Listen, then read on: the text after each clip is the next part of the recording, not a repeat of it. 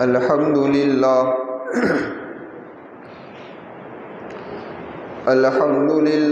رب العالمین والصلاة والسلام علی سید المرسلین وعلی آلہ واصحابہ اجمعین اما بعد فقد قال اللہ تبارک وتعالی فی الکلام المجید والفرقان الحمید اعوذ باللہ من الشیطان الرجیم بسم اللہ الرحمن الرحیم ادعونی استجب لکم صدق اللہ العظیم۔ معزز سامعین کرام اور پردہ نشین خواتین، اللہ تبارک و تعالیٰ نے اپنے فضل سے ہمیں شعبان کا مہینہ نصیب فرمایا۔ اللہ اس مہینے کی قدر کرنے کی توفیق عطا فرمائے، اور اللہ سے دعا کرتے ہیں اللہ عافیت، عزت و صحت کے ساتھ رمضان المبارک بھی ہمیں نصیب فرما دے، اور پورے رمضان کو اللہ اس کی رضا مندی والے اعمال میں گزارنے کی توفیق دے دے، اور ناراضگی والے اعمال سے اللہ تبارک و تعالیٰ پوری زندگی ہماری حفاظت فرما دے۔ تو یہ شعبان کا مہینہ ہے، اور اس مہینے کے اندر ایک رات آتی ہے جسے ہم کہتے ہیں شب براءت۔ براءت کا معنی ہے نجات کے، یعنی یہ نجات کی رات ہے۔ نجات کس سے؟ تو کہ جہنم سے نجات کی رات ہے، جو اتوار کے دن آئے گی، اللہ ہمیں نصیب فرما دے۔ لیکن ہمارے لوگوں نے شب برات کو شب برات کر دیا۔ برات کا معنی ہوتا ہے شادی کی رات۔ اب جنہوں نے الفاظ کو تبدیل کر دیا، برات کی جگہ برات کر دی، تو الفاظ کا اثر پڑتا ہے۔ سمجھ میں آئی بات؟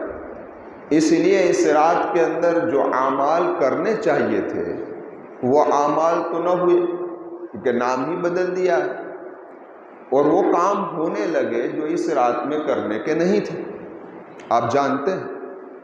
اس لیے ناموں کا بھی کیا پڑتا ہے بھائی؟ اثر پڑتا ہے، اور الفاظ کا بھی اثر پڑتا ہے۔ خیر، تو یہ رات ہے شب براءت۔ یہ بڑی فضیلت والی رات ہے، بڑی اہمیت والی رات ہے۔ لیکن آپ جانتے ہیں اس بات کو کہ کسی بھی چیز کی فضیلت کا ثبوت دینے کے لیے اس کی دلیل قرآن سے ہونی چاہیے، یا پیارے آقا و مولا محمد رسول اللہ صلی اللہ علیہ وسلم کے فرامین سے ہونی چاہیے۔ جب قرآن کریم پر ہم غور کرتے ہیں تو کہیں شب برات کی اہمیت اور فضیلت میں کوئی ایسا اشارہ ملتا نہیں ہے، کوئی ایسا اشارہ ملتا نہیں ہے۔ لیکن نبی کریم صلی اللہ علیہ وسلم کے فرامین پر جب نظر کرتے ہیں تو ضرور ایسی روایتیں ملتی ہے کہ جس روایت کے اندر اس رات کی اہمیت آئی ہے۔ اسی لیے آپ ذرا دیکھیں کہ جتنی روایات آئی ہے وہ ساری روایات ضعیف ہے، اس کا ہم اقرار کرتے ہیں، ہم یہ نہیں کہتے کہ یہ روایت صحیح ہے۔ سمجھ میں آئی بات؟ لیکن ایک دھاگا ہے، اسی دھاگے میں کئی دھاگے ملا دیے جائے تو پھر یہ دھاگا ٹوٹتا نہیں ہے۔ جس طریقے سے رسی بن جاتا ہے تو پھر رسی ٹوٹتی نہیں ہے۔ تو یہ کمزور روایتیں ساری ایک ہی رات کے فضائل کے اندر آ گئی، تو اب یہ کیا ہو گئی بھائی؟ حسن کے درجے میں پہنچ گئی۔ اس لیے فضائل کے اندر ضعیف روایت بھی کیا ہوتی ہے بھائی؟ چلتی ہے۔ سمجھ میں آئی بات؟ اس لیے ہمارا کہنا یہ ہے کہ اس رات کی فضیلت اور اہمیت ثابت ہے، لیکن امت کے اندر کچھ طبقے ہیں۔ ایک طبقہ ایسا ہے جو اس رات کی فضیلت کا بالکل قائل نہیں ہے، نہ اس کی اہمیت کو مانتا ہے نہ اس کی فضیلت کو مانتا ہے، اور وہ طبقہ غیر مقلدین کا طبقہ ہے۔ ان کا یہ کہنا ہے کہ اس رات کی کوئی اہمیت اور فضیلت صحیح روایت سے ثابت نہیں ہے۔ سمجھ میں آئی نا ایک بات؟ اب دیکھیے ذرا غور کریں کہ غیر مقلدین کے مشہور عالم دین جس کو علامہ ناصر الدین البانی کہا جاتا ہے، اور انہوں نے کئی کتابیں بھی لکھی ہیں، اور حدیث کے معاملے میں وہ بڑے سخت ہیں، نہ جانے کئی روایتوں کو انہوں نے ضعیف کے درجے میں پہنچا دیا ہے۔ وہ علامہ البانی ناصر الدین البانی جو غیر مقلد کے ایک مشہور عالم دین ہے، وہ کہتے ہیں شب برات کے ایک روایت کے بارے میں۔ وہ روایت کیا ہے کہ اس رات کو اللہ تبارک و تعالی امت مسلمہ کی طرف متوجہ ہوتے ہیں اور اللہ سب کی مغفرت فرما دیتے ہیں، صرف 2 آدمیوں کی مغفرت نہیں ہوتی۔ ان میں سے ایک وہ آدمی جو مشرک ہے، شرک کرتا ہے، اور دوسرا وہ آدمی کہ جس کے دل کے اندر کینہ ہے۔ کیا ہے؟ کینہ ہے۔ اللہ اس کی مغفرت کرتا نہیں۔ یہ روایت صحیح ابن حبان کے اندر علامہ البانی فرماتے ہیں کہ یہ روایت صحیح ہے۔ اب ہم نے تو انہی کے علماء کا حوالہ دے دیا کہ وہ خود بھی قائل ہے کہ یہ روایت کیا ہے؟ صحیح ہے۔ خیر، تھوڑی بات آپ کے اوپر سے جائے گی لیکن سمجھانا بھی ضروری ہے۔ ایک اور روایت ہے جو میرے ذہن سے ابھی نکل گئی۔ اس روایت کے بارے میں علامہ البانی فرماتے ہیں کہ یہ روایت سندن تو ضعیف ہے لیکن 8 صحابہ سے ثابت ہے، جس سے پتہ اس لیے میں اس روایت کے بارے میں فیصلہ کرتا ہوں کہ یہ روایت بھی صحیح ہے۔ سمجھ میں آئی؟ یہ تو سخت غیر مقلد کا سب سے متشدد اور سخت عالم دین ہے علامہ البانی، اس کی میں بات نقل کر رہا ہوں۔ غیر مقلد کے ایک اور عالم ہے علامہ مبارک رحمۃ اللہ علیہ، اپنے وقت کے بڑے محدث ہیں۔ ترمذی شریف کی شرح لکھی ہے تحفۃ الاحوزی۔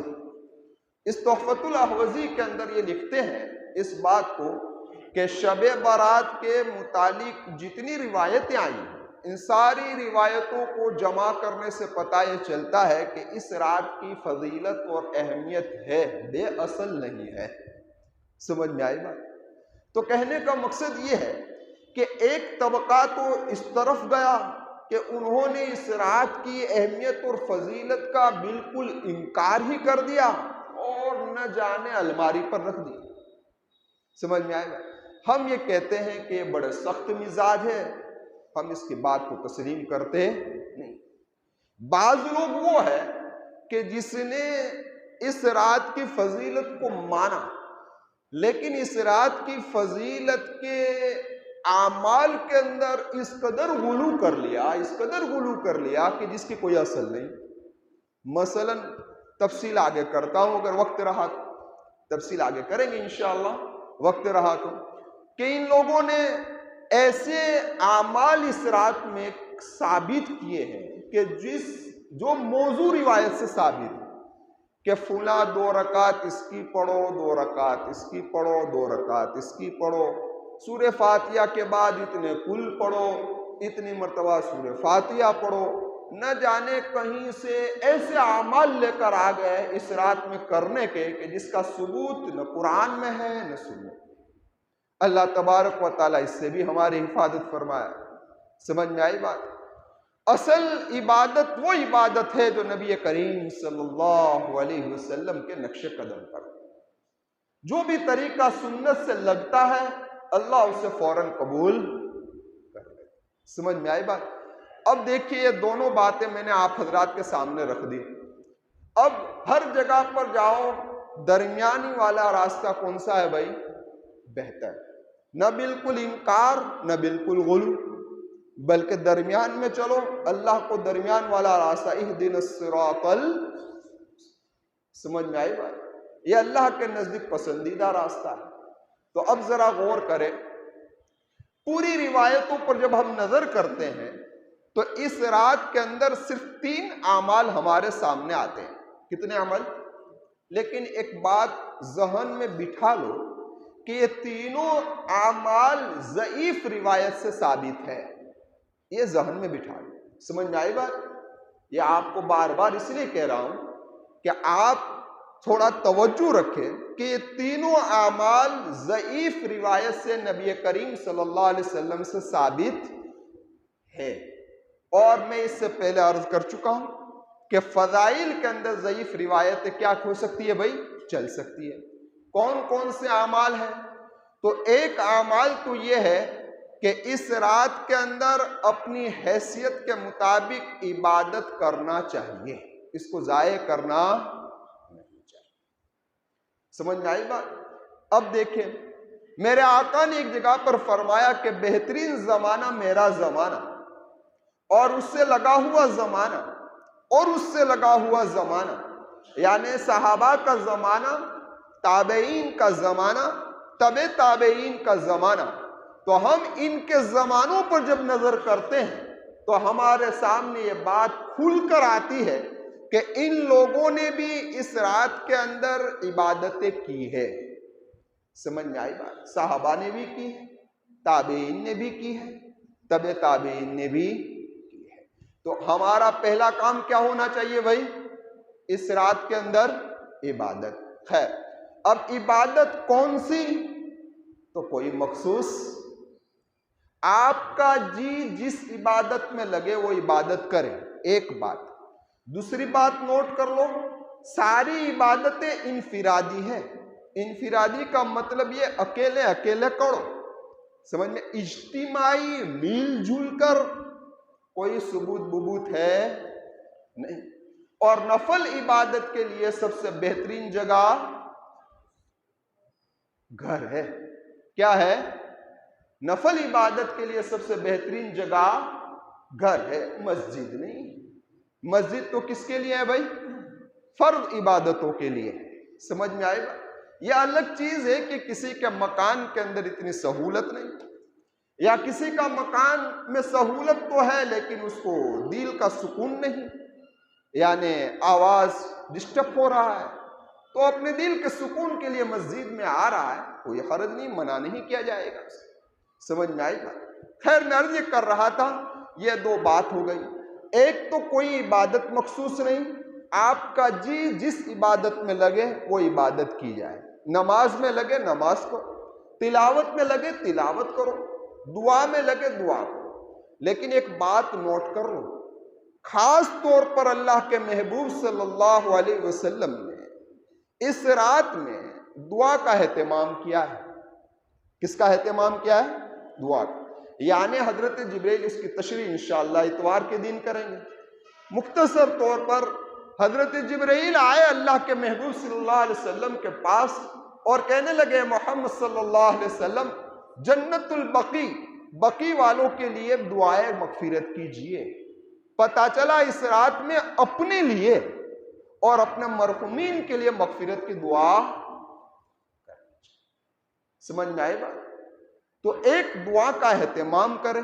اور عبادت جو، اب دیکھیے، عبادت ساری کے ساری نفل ہے، سمجھے؟ اور نفل عبادت اس وقت قبول ہوتی ہے کہ جب فرض کا اہتمام ہو.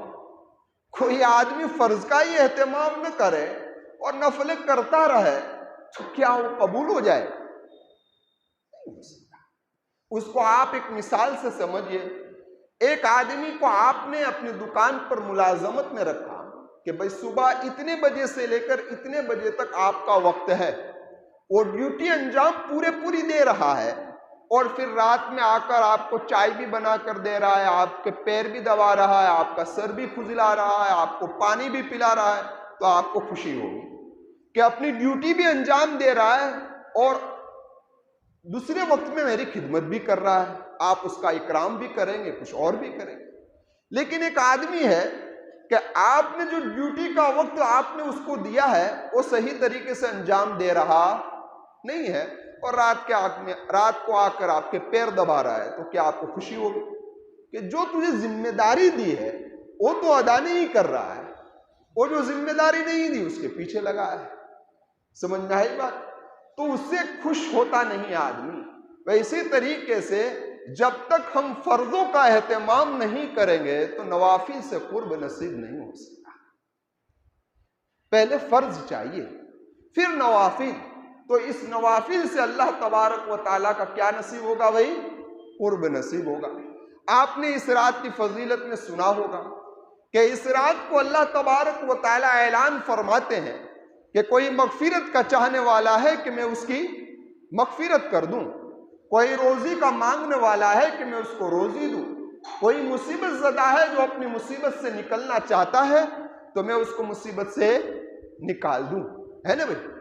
اب ذرا دیکھیں کہ یہ روایت جو شب برات کے عنوان پر ہے، لیکن یہ روایت کیا ہے؟ ضعیف۔ اس کے مقابلے میں مسلم شریف کی صحیح روایت ہے کہ اللہ ہر رات کے آخری حصے میں اعلان کرتا ہے، ہر رات کے آخری حصے میں اعلان کرتا ہے کوئی روزی والا میں روزی دے دوں، ہے کوئی مصیبت زدہ، لیکن ہم کمزور کہ رات کے آخری حصے میں یہ اعلان ہر روز ہوتا ہے لیکن ہم لینے کے لیے تیار نہیں۔ اگر کوئی دنیا کا بڑا بادشاہ یہ اعلان کر دے کہ آج فلاں جگہ پر فلاں موقع پر ہم آئیں گے اور ہر ایک کی درخواست کو قبول کر لیا جائے گا، تو نہ جانے ہم رات کو 3 بجے کا وقت دے تو رات کو 3 بجے پہنچ جائیں گے۔ لیکن وہ اللہ جو اپنے وعدے کا بالکل خلاف نہیں کرتا، وہ اللہ وعدہ کر رہا ہے کہ ہر رات کو میں آخری حصے میں مانگنے والے کی مرادوں کو پورا کرتا ہوں، لیکن ہم کیا ہے بھائی؟ سمجھ میں آئی بات؟ تو فرق کیا ہے؟ فرق صحیح روایت سے یہ ہے کہ اعلان ہر رات ہوتا ہے اور اللہ کا قانون یہی ہے، اور نبی کریم صلی اللہ علیہ وسلم کی سنت پر اور آپ کے طریقوں پر جب ہم نظر ڈالتے ہیں تو آپ کا ہر عمل ایسا ملے گا کہ جس کو امیر بھی کر سکتا ہے اور غریب بھی کر سکتا ہے۔ آپ کا ہر عمل ایسا ملے گا، آپ ذرا غور کریں ہر عمل پر، تو نتیجہ یہی آئے گا کہ ہر غریب آدمی بھی یہ کام کر سکتا ہے، ہر امیر آدمی بھی یہ کام کر سکتا ہے۔ تو بھئی یہ اعلان تو ہر رات کو ہو رہا ہے، لیکن ہم جیسے غافل لوگ ہیں کہ ہم سوئے ہوئے ہیں۔ تو اے رات، تو عرض کر رہا تھا کہ سال میں ایک موقع ایسا دیا کہ یہ اعلان شروع رات سے ہونا ہے۔ کب سے ہوتا ہے بھائی؟ شروع رات سے ہوتا ہے۔ میری آپ سے مؤدبانہ گزارش ہے، کیا گزارش ہے؟ کہ دیکھو، ایک ضعیف روایت سے ایک عمل ثابت ہے، ایک صحیح روایت سے ایک عمل ثابت ہے، تو ہمیں کیا کرنا چاہیے؟ ہم یہ کہیں کہ اس رات کو جاگنا ہے تو یہ جاگنے کی رات نہیں ہے، یہ جاگنے کی رات نہیں ہے۔ کہتے ہیں کہ جاگنے کی رات ہے، پھر کہاں کہاں ہوٹلوں پہ جائے، آئس کریم کھائے، وہ کھائے، تو یہ اس کی رات نہیں ہے، جاگنے کی رات نہیں ہے، عبادت کی رات ہے۔ اگر آپ کے اندر یہ طاقت ہے کہ آپ پوری رات عبادت میں گزار سکتے ہیں تو آپ گزاریں، لیکن آپ میں طاقت اتنی رات نہیں ہے کہ آپ پوری رات عبادت میں گزار سکے، تو میری آپ سے مؤدبانہ گزارش ہے کہ شروع حصے کے اندر کچھ عبادت کر کے سو جاؤ اور کم از کم اس رات کے آخری حصے میں اٹھ جاؤ، تاکہ صحیح مسلم کی روایت پر بھی عمل ہو جائے۔ سمجھ میں آئی بات؟ کم از کم ایک رات تو نصیب ہو جائے، کم از کم ایک رات تو نصیب ہو جائے کہ رات کے آخری حصے میں اللہ کے سامنے مانگنے کا موقع مل جائے۔ الغرض وقت جا رہا ہے۔ دوسرا عمل کون سا بتایا میں نے؟ تو کہ اس رات کے اندر دوسرا عمل جو ہے وہ دوسرے دین کے روزے کا ہے، لیکن یہ روایت بھی ضعیف ہے۔ کیا ہے؟ یہ روایت بھی کیا ہے بھائی؟ ضعیف ہے۔ صحیح روایت سے عمل کیا ہے اسے آپ سنیں۔ صحیح روایت سے عمل یہ ہے کہ نبی کریم صلی اللہ علیہ وسلم شعبان میں کثرت سے روزہ رکھا کرتے تھے۔ آپ روزہ زیادہ کس مہینے میں رکھتے تھے؟ شعبان میں۔ سمجھ میں آئی؟ یہ صحیح مسلم شریف کی روایت ہے۔ اور ازواج مطہرات بھی نبی کریم صلی اللہ علیہ وسلم کثرت سے جب شعبان میں روزے رکھتے تھے تو ازواج مطہرات اپنے رمضان کے روزے جو چھوٹے ہوئے ہیں نا، وہ چھوٹے ہوئے روزے شعبان میں رکھا کرتی تھی تاکہ نبی کے ساتھ روزے میں شریک ہو جائے۔ اب ایک یہ صحیح روایت سے ہے۔ صحیح روایت سے دوسرا عمل کون سا ہے کہ اللہ کے محبوب صلی اللہ علیہ وسلم ہر مہینے میں ایام 20 کے روزے رکھتے تھے۔ کس کے روزے رکھتے تھے؟ اور ایام 20 کون سی تاریخ ہے؟ بولو نا۔ 13، 14 انگریزی کے اردو، ہاں اصطلاح 13، 14، 15۔ تو یہ صحیح بخاری شریف کی روایت ہے۔ تو اب 15ویں شعبان کا روزہ بھی اس کے اندر آ گیا یا نہیں آیا؟ تو آج کون سی تاریخ ہے شعبان کی؟ 12ویں۔ کل کون سی ہے؟ 13ویں، 14ویں اور 15ویں۔ تو یہ سب سے بہتر عمل ہے، یہ سب سے بہترین عمل ہے کہ ہم سنیچر، یعنی اس سال کی بات کر رہا ہوں، سنیچر، اتوار اور پیر کا روزہ رکھ لیں تو ایام 20 بھی آ گیا، شعبان کا 15واں روزہ بھی آ گیا، اور نبی کریم صلی اللہ علیہ وسلم کثرت سے روزہ شعبان میں رکھا کرتے تھے تو یہ بھی شامل ہو گیا۔ لیکن اگر کوئی آدمی کہ جس کے اندر 3 روزے رکھنے کا موقع نہ ہو تو 15ویں تاریخ کو بھی روزہ رکھتا ہے تو ہم اس کو روکیں گے نہیں، اس نیت سے رکھے کہ میرے محبوب شعبان میں روزے رکھتے تھے تو میں لہذا آپ کی اقتداء کے اندر یہ روزہ رکھ رہا ہوں۔ لیکن یہ ساری عبادتیں کیا ہے بھائی؟ کہو نا، نفل۔ اس لیے اگر کوئی روزہ نہ رکھے تو اس کو برا بھلا کہیں گے۔ مثلا میں نے یہ بھی کہا کہ ایام 20 کا روزہ رکھو، اور ہو سکتا ہے کل صبح میں پٹیل میں آپ کو مل جاؤں، سمجھ میں آئے، فجر میں آپ کو وہیں مل جاؤں، تو مولانا تو اعلان کرتے تھے روزے کا اور خود نے تو روزہ رکھا نہیں ہے، سمجھ، نفل ہے۔ کیا ہے؟ نفل ہے۔ کس کی کیا مجبوری، کس کی کیا مشغولی، وہ ہم جانتے نہیں۔ اس لیے نفل عبادت اگر کوئی نہ کرے تو اس پر طنز کیا جاتا نہیں ہے، سمجھ میں آئی بات؟ فرض عبادت چھوڑے تو یہ برداشت ہو سکتا نہیں۔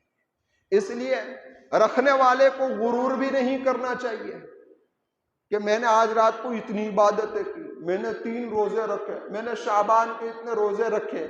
اللہ تبارک و تعالیٰ کو ہماری عبادتوں کی کوئی ضرورت ہے، اس لیے اس کو غرور کرنا بھی نہیں چاہیے۔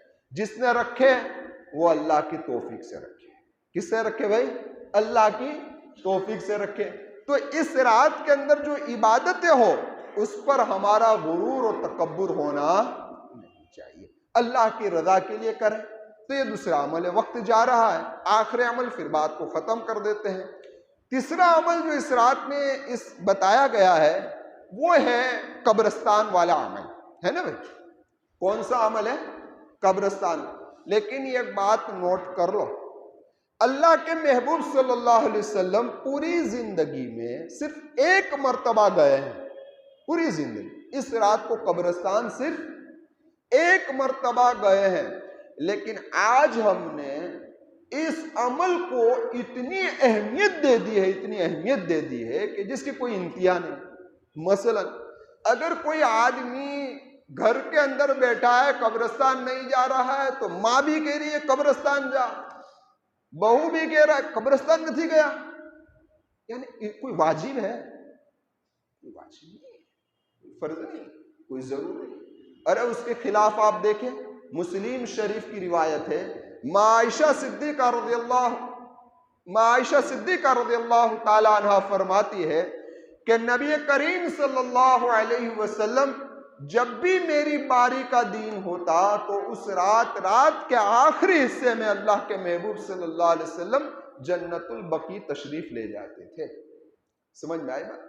اور وہ بھی شب برات کے موقع پر بھی حضرت عائشہ ہی کی باری تھی، سمجھے؟ شب برات کے موقع پر بھی حضرت عائشہ ہی کی باری تھی، تو اس وقت بھی اللہ کے محبوب صلی اللہ علیہ وسلم جنت البقیع تشریف لے گئے۔ سمجھے کہ نہیں سمجھے میری بات؟ تو میں عرض کر رہا تھا آپ سے کہ یہ عمل جو ہے، یہ عمل بھی ایسا عمل ہے کہ اس کو لازم، واجب، ضروری سمجھ لینا کوئی ضروری ہاں۔ لیکن آج کیا ہے؟ آج ماحول یہ بنا ہے کہ ہم نے قبرستان کو میلہ بنا دیا، کیا بنا دیا؟ آپ ذرا انصاف سے بتاؤ، اللہ کے محبوب سے تو یہ کہا گیا کہ آپ قبرستان جا کر جنت البقیع کے لیے مغفرت کی دعا کیجئے مرحومین کے لیے، اور ہم وہاں جا کے کیا کر رہے ہیں؟ ذرا سوچو تو صحیح۔ اس رات کو تو کہ پھولوں کی لاری کھڑی ہے، سب نئے کپڑے پہنتے ہیں، اور سب اس رات کو سواریوں کا انتظام کر کے قبرستان پہنچتے ہیں۔ اور عجیب بات جو اس سے پہلے بھی میں عرض کر چکا ہوں کہ وہ جگہ کہ جس جگہ پر فکر آخرت کو لینا چاہیے تھا، وہ جگہ کہ جس جگہ پر آنکھوں سے آنسوؤں کا بہنا چاہیے تھا، وہ جگہ کہ جس جگہ پر دل کپ کپا جانا چاہیے تھا، اس جگہ پر بیٹھ کر دودھ پینا افسوس کی بات، قابل افسوس ہے، بڑے تعجب کی بات ہے۔ اور باقاعدہ نظام بنانا کہ قبرستان میں جو آئے اسے ہم دودھ پلائیں، ہائے افسوس، اس سے بڑے افسوس اور کوئی نہیں ہو سکتا۔ یعنی یہ تو ہم نے بالکل تماشا بنایا۔ کیا بنا لیا؟ تماشا بنا، ایک عیدگاہ بنا لی، ایک خوشی کا موقع بنا لیا۔ قبرستان ہے، لوگ بیٹھے ہیں، دودھ پی رہے ہیں، باتیں کر رہے ہیں۔ کون سا خیال ہے؟ کون سا خیال؟ بڑے افسوس کی بات ہے، جو لوگ یہ انتظام کر رہے ہیں، میری ان سے مؤدبانہ گزارش ہے کہ یہ سلسلے کو ختم کیا جائے، یہ سلسلے کو بالکل ختم کر دیا جائے، یہ بالکل مناسب نہیں ہے۔ میں آپ سے گزارش کرتا ہوں کہ آج یہ قبرستان والا عمل اس قدر اہم بن چکا ہے، اس قدر اہم بن چکا ہے کہ جہاں مسلمانوں کی آبادی زیادہ ہے وہاں تو یہ میلے کی صورت اختیار کر چکا ہے۔ کس کی صورت؟ تو اس کی بھی شریعت اجازت دیتی نہیں ہے۔ تو دیکھیے، اللہ تبارک و تعالیٰ یہ رات ہمیں نصیب فرما دے تو پہلا کام یہ کرے، انفرادی اعمال میں اپنے آپ کو لگائے۔ انفرادی اعمال، اپنے گھر میں جتنا ہو سکے اتنی عبادت کرے، اللہ سے دعا مانگے، خاص کر کے اپنی ذات کے لیے اور اپنے مرحومین کے لیے۔ ہو سکے تو 3 روزے رکھ لے، سنیچر اتوار پیر کا، نہ ہو سکے تو آپ کی حیثیت کے مطابق 1 روزہ رکھ لے، اور وہ بھی نہ ہو سکے تو کچھ نہیں لیکن رمضان کے روزے پورے رکھ لینا۔ سمجھ میں آئی بات؟ اور قبرستان جانا کوئی ضروری نہیں ہے، اگر جاتے ہو تو کچھ نصیحت حاصل کر کے آؤ کہ جس کھڈے کے اندر میرا بھائی سویا ہوا ہے اسی کھڈے کے اندر مجھے بھی سونا ہے، جس کھڈے کے اندر میرے والدین سوئے ہوئے ہیں اسی کھڈے میں مجھے بھی سونا ہے۔ کچھ آخرت کی فکر لے کر وہاں پر آؤ، اور ہو سکے تو اس رات کے آخری حصے کو ضائع نہ کرے، خصوصاً اس رات کے آخری حصے کو ضائع نہ کرے۔ اللہ تبارک و تعالی مجھے بھی اس رات کی قدر کرنے کی توفیق دے، آپ تمام کو اس رات کی قدر کرنے کی توفیق دے، اور اس رات کو نبی کریم صلی اللہ علیہ وسلم کے نقش قدم پر چل کر گزارنے کی ہم تمام کو توفیق دے۔ آمین وآخر دعوانا ان الحمدللہ رب العالمین۔ اعلان ہے